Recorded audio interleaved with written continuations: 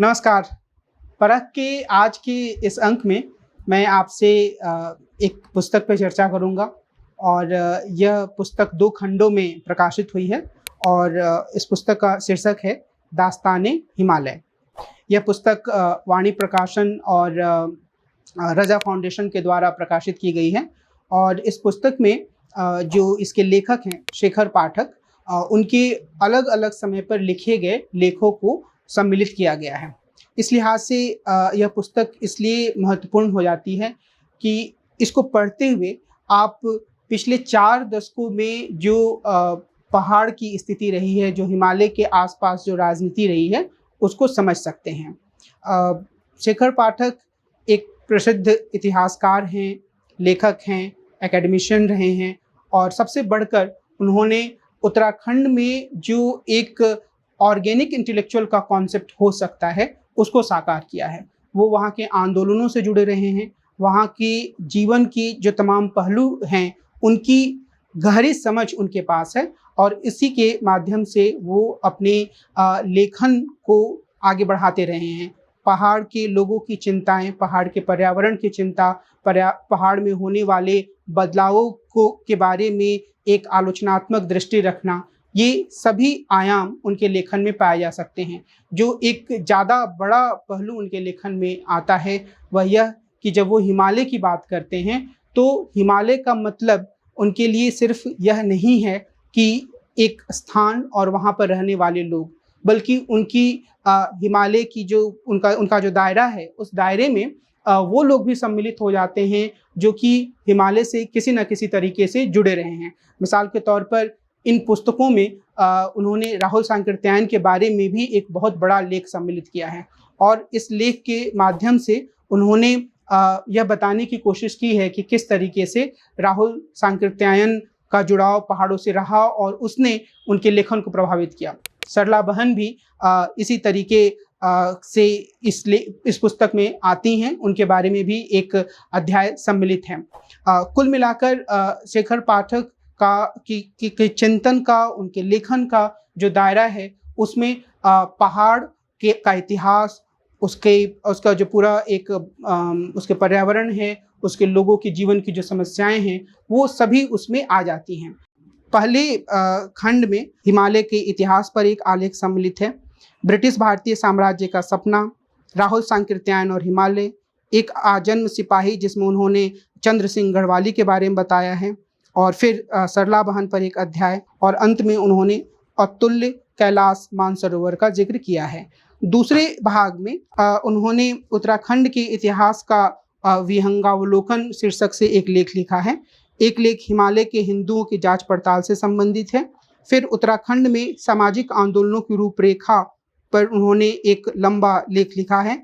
फिर उत्तराखंड में बेगार उन्मूलन आंदोलन की बात की है।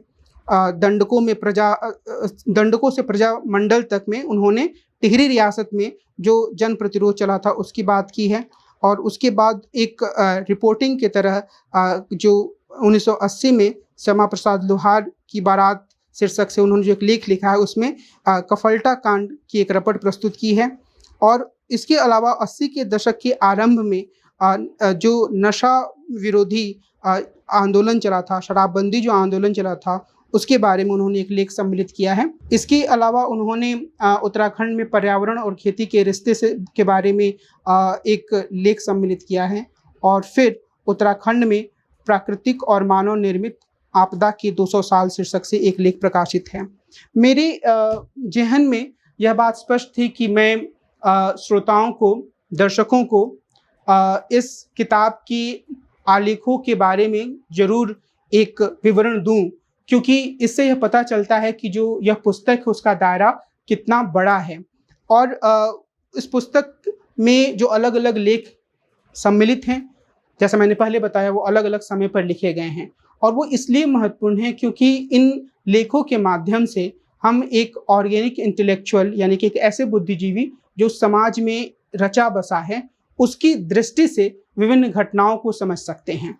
और शेखर पाठक ने कई आलेखों के साथ कुछ पुस्तकों की रचना भी की है, जिसमें हरी भरी उम्मीद शीर्षक से जो उनकी पुस्तक है वह काफ़ी महत्वपूर्ण है और वो एक ऐसी पुस्तक है जिसका बाद में अंग्रेजी में भी अनुवाद हुआ, द चिपको मूवमेंट शीर्षक से, और पहले हिंदी की किताब आई और उसके बाद अंग्रेजी की किताब आई। अगर हम इस पुस्तक की मेथोडोलॉजी की बात करें तो हम यह पाते हैं कि असल में इस पुस्तक के भीतर अलग अलग लेखों को लिखते समय लेखक ने अलग अलग तरह की अध्ययन पद्धति का इस्तेमाल किया है। मिसाल के तौर पर कुछ आलेख ऐसे हैं जिसमें कि उन्होंने कुछ आर्काइवल सोर्सेज का इस्तेमाल किया है, प्रकाशित पुस्तकों का, अखबारों का इस्तेमाल किया है। कुछ आलेख ऐसे हैं जिसमें ऐसा लगता है कि लेखक खुद एक भागीदार के रूप में सम्मिलित हैं और उन्होंने एक खास तरीके के आंदोलन के बारे में या कुछ खास घटनाओं के बारे में कुछ आलोचनात्मक अंतर्दृष्टि प्रस्तुत करने की कोशिश की है। मिसाल के तौर पर इसमें हम जो शराबबंदी का आंदोलन 80 के दशक के आरंभ में चला था, उस आलेख को सम्मिलित कर सकते हैं। इन सभी आलेखों को पढ़ते हुए हम उस खास दौर की समझ को बना सकते हैं और उसके माध्यम से फिर हम दूसरे स्रोतों पे जा सकते हैं। तो जो पूरा का पूरा जो एक मेथोडोलॉजी का सवाल है, उस पे हमें ये ध्यान रखना है कि अलग अलग आलेखों में अलग अलग तरह की मेथोडोलॉजी लेखक ने इस्तेमाल की है। एक इस पुस्तक की खूबी यह भी है कि बहुत तरह के चित्रों को इस पुस्तक में सम्मिलित किया गया है, जिससे कई बार हमें ज़्यादा सजीव वर्णन पढ़ते हुए महसूस होता है। मिसाल के तौर पर अगर हम चंद्र सिंह गढ़वाली के बारे में पढ़ रहे हैं और हम उनकी तस्वीर को देखते हैं तो वो एक अलग तरह की अनुभूति पाठक के मन में पैदा करता है। अगर मैं इस किताब की कुछ चुनिंदा लेखों की बात करूं, जिन लेखों ने मुझे काफ़ी आकर्षित किया, तो उसमें एक सबसे महत्वपूर्ण लेख जो कि इस पुस्तक में है वह राहुल सांकृत्यायन के बारे में है। राहुल सांकृत्यायन के बारे में आप सब यह जानते हैं कि राहुल सांकृत्यायन एक ऐसे विद्वान रहे हैं जिनका जन्म पहाड़ के क्षेत्रों में नहीं हुआ था, हिमालय के क्षेत्र में नहीं हुआ था। उनका जन्म आजमगढ़ में हुआ था और वो जीवन भर एक स्थान से दूसरे स्थान तक जाते हुए ज्ञान ग्रहण करते हुए साहित्य में योगदान भी देते रहे। और जो शेखर पाठक हैं वो यह बताते हैं कि किस तरीके से राहुल सांकृत्यायन का नाता पहाड़ से रहा है। राहुल सांकृत्यायन ने जैसा कि शेखर पाठक बताते हैं 17 बार यात्रा की, उत्तराखंड या पहाड़ के क्षेत्रों की। वो तिब्बत तक गए और वहाँ से उन्होंने अलग अलग तरीके के अध्ययन स्रोतों को भी हासिल किया। वो ये बताते हैं कि कुछ खास तरीके की पुस्तकें, कुछ जो कि पहाड़ के परिवेश से प्रभावित रही हैं और जो राहुल सांकृत्यायन के लेखन में सामने आती हैं, वो इस प्रकार हैं। एक पहला है किन्नर देश में, जो कि 1948 में प्रकाशित हुआ था। दूसरा है दार्जिलिंग, जो कि 1949-50 में प्रकाशित हुआ था। फिर कुमाऊं, ये 1950 में। गढ़वाल 1953 में। जौनसार भावर 1955 में और फिर नेपाल 1953 में प्रकाशित हुआ था। इन सभी पुस्तकों के माध्यम से राहुल सांकृत्यायन का जो पहाड़ों से जुड़ाव है या उनके लेखन पर जो पहाड़ों का प्रभाव है वो साफ तौर पर दिखता है। उसी तरीके से चंद्र सिंह गढ़वाली के बारे में उनके चरित्र को उकेरते हुए यह बताते हैं शेखर पाठक कि किस तरीके से चंद्र सिंह गढ़वाली जो हैं उन्होंने एक ऐसे व्यक्ति के रूप में या एक ऐसे सेना के सदस्य के रूप में भूमिका अदा की जिसने कि निहत्थे निर्दोष लोगों पर गोली चलाने से मना कर दिया। 23 अप्रैल 1930 को जब पेशावर में उनको ये आदेश दिया गया, जो पूरी की पूरी गढ़वाल के लोगों की जो टुकड़ी थी उनको, कि वो पठानों पर गोली चलाएं, तो जिसमें चंद्र सिंह गढ़वाली ने बहुत महत्वपूर्ण भूमिका निभाई अपने साथियों को इस बात के लिए प्रेरित करने के लिए कि उन्हें निहत्थे निर्दोष और शांतिपूर्ण प्रदर्शन कर रहे लोगों पर गोली नहीं चलानी चाहिए। शेखर पाठक बताते हैं कि उसके बाद उन्हें 11 साल 3 महीने 18 दिन तक जेल में रहना पड़ा। और शेखर पाठक का जोर इस बात पर है कि उसके बाद भी जब चंद्र सिंह गढ़वाली बाहर आए तो उन्होंने एक ईमानदार सामाजिक व्यक्ति की भूमिका निभाई। वो लगातार ऐसे प्रश्न उठाते रहे जो कई बार शासकों को परेशान करते थे और कई बार समाज को जागरूक करने का काम करते थे। इस लिहाज से शेखर पाठक बोलते हैं कि उनके जैसे व्यक्तियों या नेताओं की ज़रूरत ही समाज को है। इसी तरीके से शेखर पाठक ने सरला बहन के बारे में एक आलेख लिखा है। हम सब जानते हैं कि सरला बहन महात्मा गांधी के आश्रम में रहती थी और उनका जन्म भारत में नहीं हुआ था। उनका असली नाम कैथरीन मैरी हेनमन था और ये जब भारत आई 1932 में तो उन्हें सरला बहन का नाम महात्मा गांधी के द्वारा दिया गया।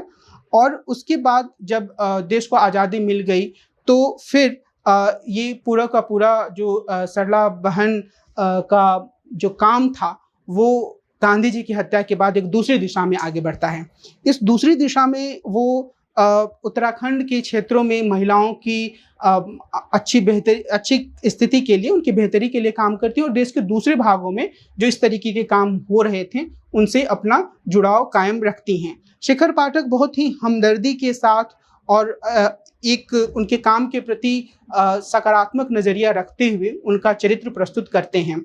और इसके अलावा अगर हम दूसरे खंड में कुछ लेखों की बात करें तो शेखर पाठक ने बहुत ही विस्तार से उत्तराखंड के सामाजिक आंदोलनों के बारे में बताया है। और वो ये बताते हैं कि, और यहाँ पर वो औपनिवेशिक दौर के आंदोलनों पर ज़्यादा ध्यान देते हैं, वे बताते हैं कि जो ये सामाजिक आंदोलन चल रहे थे उन्हें 3 श्रेणियों में बांटा जा सकता है। वो कहते हैं कि एक आंदोलन ऐसा था या एक तरह का आंदोलन ऐसा था जिसमें कि समाज के सभी जातियों और समूहों के लोग सम्मिलित होते थे, सभी वर्गों के लोग सम्मिलित होते थे। दूसरे तरह का आंदोलन ऐसा था जिसमें कि कोई एक जाति या उपजाति के लोग सम्मिलित होते थे और उनका मकसद होता था कि उनकी जाति या उपजाति की भलाई हो। और तीसरे तरह का जो सामाजिक आंदोलन था उसकी प्रेरणा क्रिश्चियन मिशनरीज थे जो कि शिक्षा की दिशा में काम कर रहे थे, मेडिकल सेवाओं की दिशा में काम कर रहे थे और उन्हें तुलनात्मक रूप से ज़्यादा सफलता इसलिए मिल रही थी क्योंकि उनके काम समाज के वंचित लोगों को फ़ायदा पहुंचा रहे थे और उन्हें अंग्रेजों का एक तरीके से समर्थन भी मिला हुआ था। तो इस लिहाज से वो बताते हैं कि उत्तराखंड में किस तरीके से अलग अलग सामाजिक आंदोलन उभर कर सामने आए।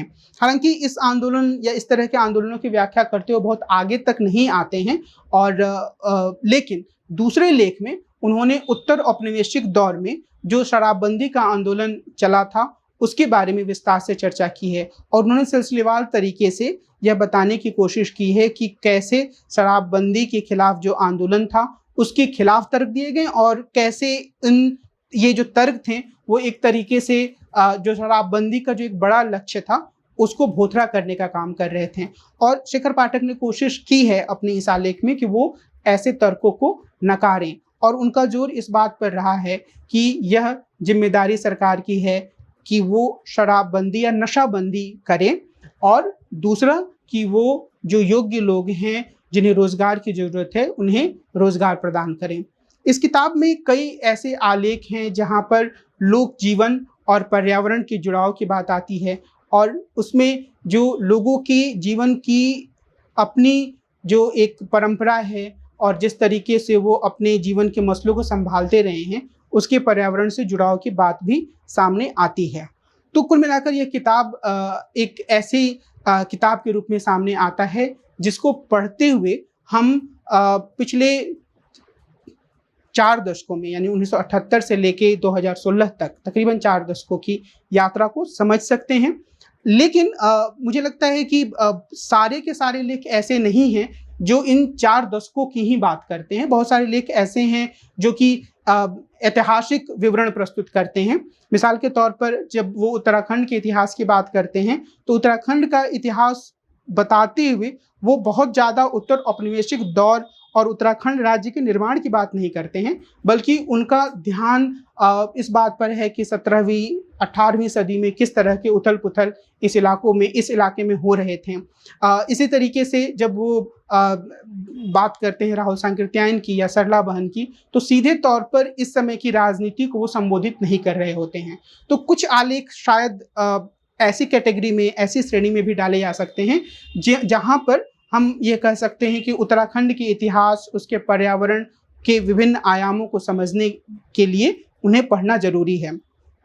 एक चीज़ जो इस पुस्तक को पढ़ते हुए मुझे लगी वह यह कि हालांकि शेखर पाठक ने कई स्थानों पर रेफरेंसेस का इस्तेमाल किया है और अधिकांश महत्वपूर्ण तथ्यों के बारे में उन्होंने स्रोतों का जिक्र किया है, लेकिन कई ऐसे उदाहरण भी इस किताब में मौजूद हैं जहां पर लेखक ने बहुत ही गंभीरता से इस पैटर्न को फॉलो करने की कोशिश नहीं की है। यानी कि कई ऐसे ऐसे स्थान हैं जहाँ पर एक लंबा कोटेशन है, पर उस लंबे कोटेशन या उस लंबे उद्धरण के बाद उसका संदर्भ नहीं दिया गया है। इस लिहाज से इसे हम एक ठोस अकादमिक रचना के रूप में नहीं देख सकते हैं। कुछ सीमाओं के साथ हमें इस पुस्तक के पास जाना होगा, लेकिन यह बात अवश्य है कि यदि हम उत्तराखंड की राजनीति को पहाड़ या हिमालय के जो विभिन्न उसके जीवन के आयाम हैं, उसके पर्यावरण के आयाम हैं, उसको समझना चाहते हैं तो यह पुस्तक उपयोगी है। हालांकि मुझे यह भी लगा कि शायद इस पुस्तक की आरंभ में इस बात को और ज़्यादा स्पष्टता से रखा जाना चाहिए था कि जब किताब का शीर्षक दास्ताने हिमालय है तो मुख्य रूप से यह उत्तराखंड क्षेत्र की बात करता है।